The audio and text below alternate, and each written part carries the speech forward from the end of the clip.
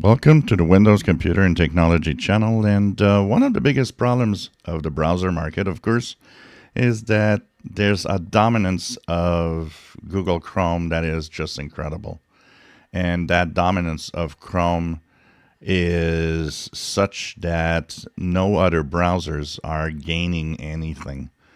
I looked at the browser market share for November, and even though Google is making it harder with uBlock Origin, with their new Manifest v3 and some extensions not working, it actually didn't even budge from its top. It's actually 1% higher than last month, which, just shows how it is up there and it keeps staying up there.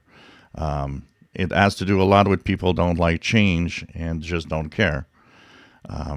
It's very a small amount of people that actually care enough about, say, privacy or even, ad blockers and stuff that want to move on to other things. The majority of people don't care. So Mozilla is trying to get new users. It's the only browser that doesn't have a Chromium background. It is a different engine, and they are not really getting any new users. They, in fact, lost a lot of users from the last 10 years. So they want to come back. They want to try to get people to be, again, on Firefox. So they are offering a new experience that will actually ship with a new version soon. And when you actually set it up, it will have this window now that's going to say, explain that it's a nonprofit-backed browser.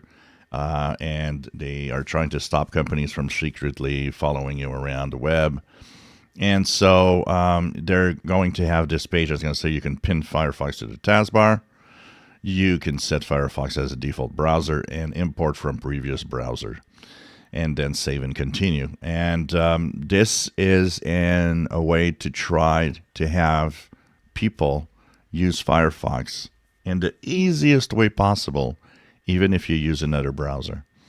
So will this work?